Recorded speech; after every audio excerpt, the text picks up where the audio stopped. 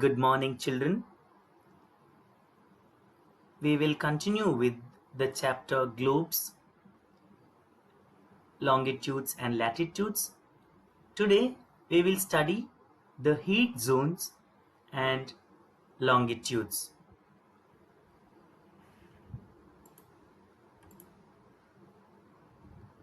What will I learn in this lesson? The heat zones of the Earth, longitudes and prime meridian. Yesterday, we studied about the latitudes, the important latitudes. Based on the latitudes, the Earth is divided into different climate zones. Now you can see in the picture the sun, the earth. The midday sun is exactly overhead at least once a year on all latitudes in between the Tropic of Cancer and Tropic of Capricorn. From here to here, the sun is exactly overhead at least once a year. So this region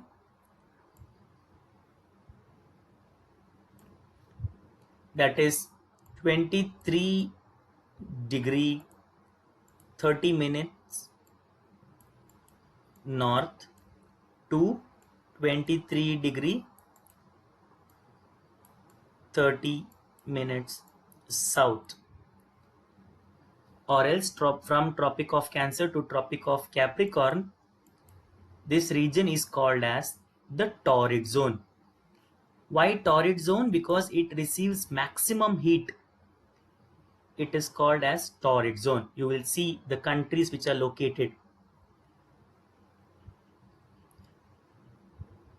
right? South America, Africa.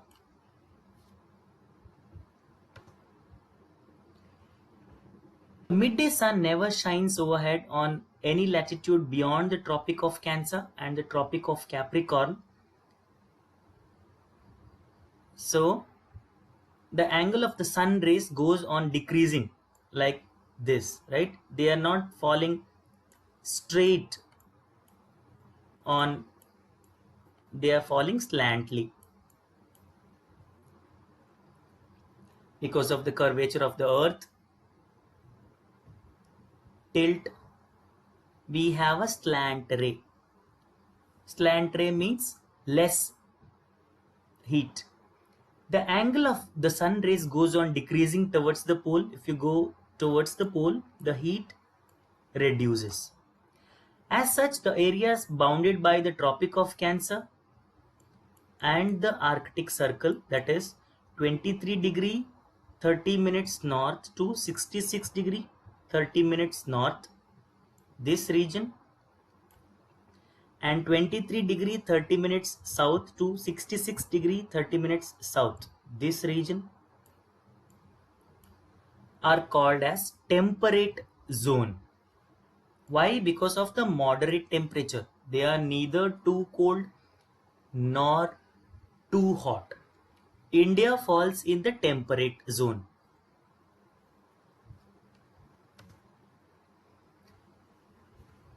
Areas lying between the Arctic Circle to the North Pole, Antarctic Circle to the South Pole are very cold because the sun rays do not fall here,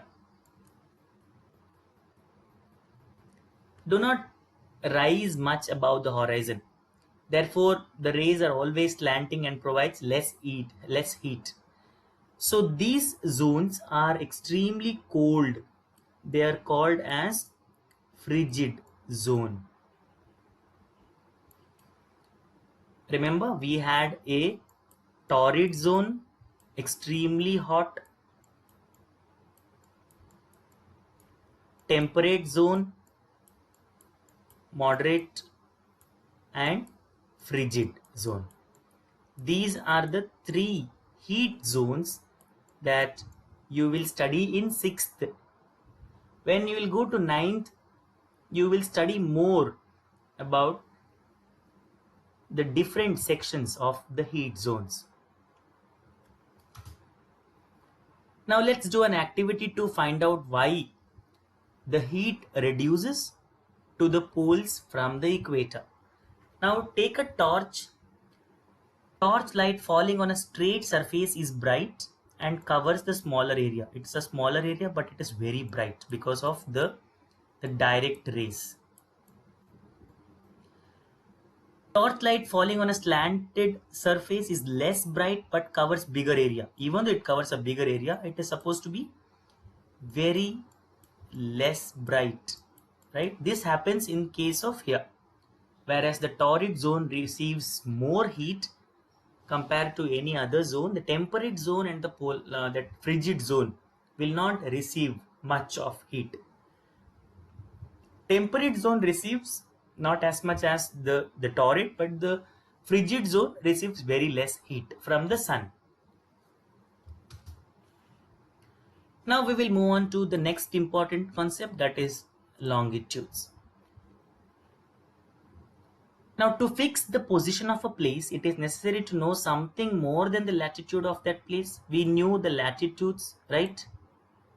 0 degree latitude, 23 degree 30 minutes north and south latitude, 66 degree 30 minutes north and south latitude.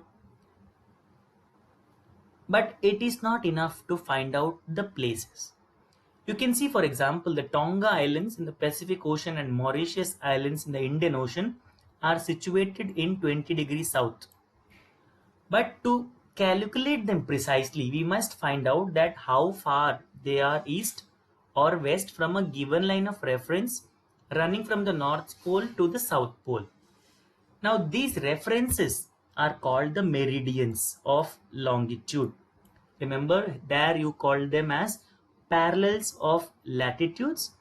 Here we are calling them as meridians of longitude. And the distance between them are measured in degrees of longitude. This is a question asked by a lot of you, why it is measured in degrees. Earth is like a sphere, so the total angle is 360 degree, so it is measured in degrees. Each degree is further divided into minutes and minutes into seconds, just like the time is. They are the semicircles and the distance between them decreases so as to identify precise time and place. This is done so. Steadily polewards until it becomes 0 at the poles where all the meridians meet, that is here. From there they go from to the pole.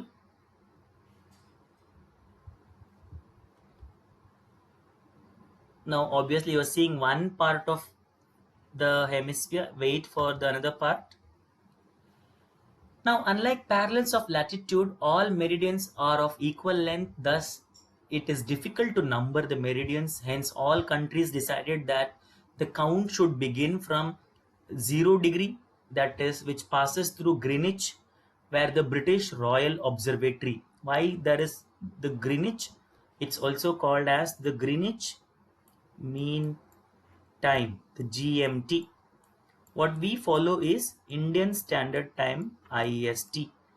We follow this with our meridian, standard meridian of India, that is 82 degree 30 minutes east, but GMT is 0 degree. Now from 0 degree, its value is 0 degree. From it we count 180 degree eastwards and as well as 180 degree westwards. Now to this side 180 and to this side 180. That completes 360.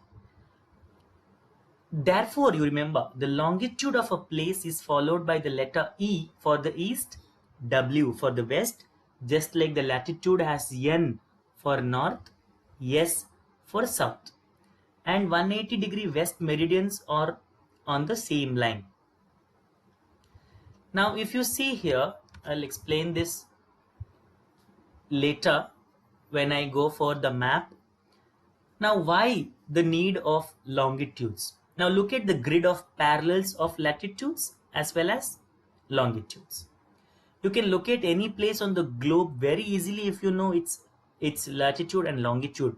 Probably if you have been to the airport, you might have seen the coordinates, right? The airport where the flight is going to come down, or they look at the coordinates of that place.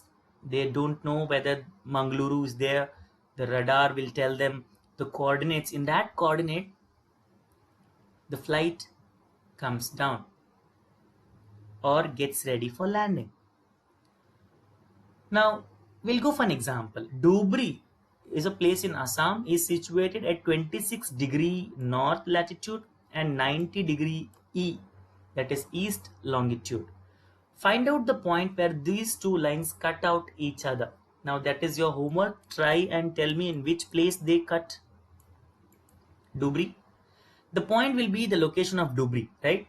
To understand this clearly, draw equidistant vertical and horizontal lines. Already I have did it.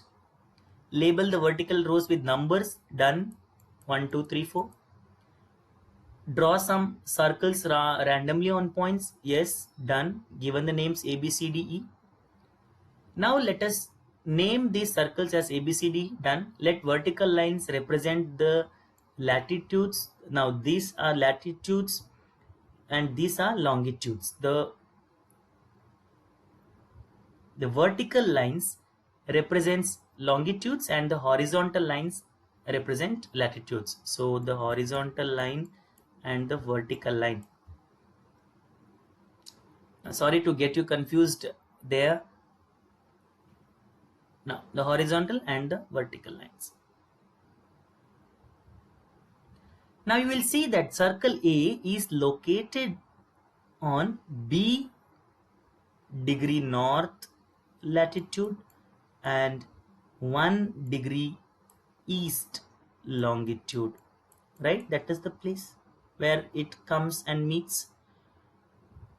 Find out the location of other circles. Let's see this one, that is C degree north latitude and 3° east longitude. That is the coordinates of C. Like this we can find out for others too. Now this is what I was talking about. This is the rolled out map of the globe. This is not the globe. If you cut the globe and spread it, it will probably look like this. Now you will see here, this is the line I was talking about, right? The 0° GMT, Greenwich. And to here, this is the eastern hemisphere. And to the west, western hemisphere, right? 0° eastern hemisphere, western hemisphere. 0° cuts the world or the earth into eastern and western hemisphere, whereas 0° equator, that is the latitude, divides the earth into northern and southern hemisphere. Now very curiously, you might observe a line here called international date line, right? It is very important to know, very interesting and very important also. What is this? What is the significance of the international date line? We will study about this in the next class. Till that class, remember guys, there is a small homework. I have noticed you have done the picture of the earth. Go for the next drawing which depicts the heat zones, the torrid zone, the temperate zone and the frigid zone. Please draw the earth with 3 zones. Paint them if possible for good understanding. I hope there are no questions. If there are any questions, always you can write to me or we will discuss it. So that brings to the end of part 2. With part 3 and the last part of the chapter, I'll come in the next video. Till then, stay safe and stay inside.